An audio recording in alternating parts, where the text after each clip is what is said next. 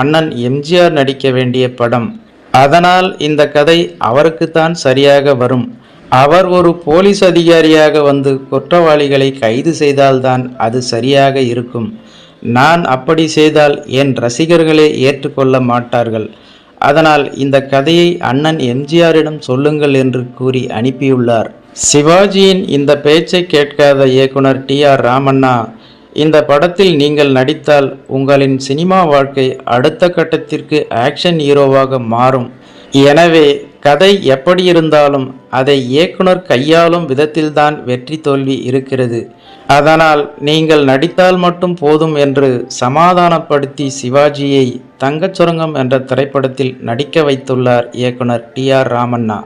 ஒரு பெரிய எதிர்பார்ப்புக்கு மத்தியில் வெளியான தங்கச்சுரங்கம் என்ற இந்த திரைப்படம் சிவாஜியின் ரசிகர்கள் மத்தியிலேயே ஒரு படு தோல்வியை சந்தித்தது.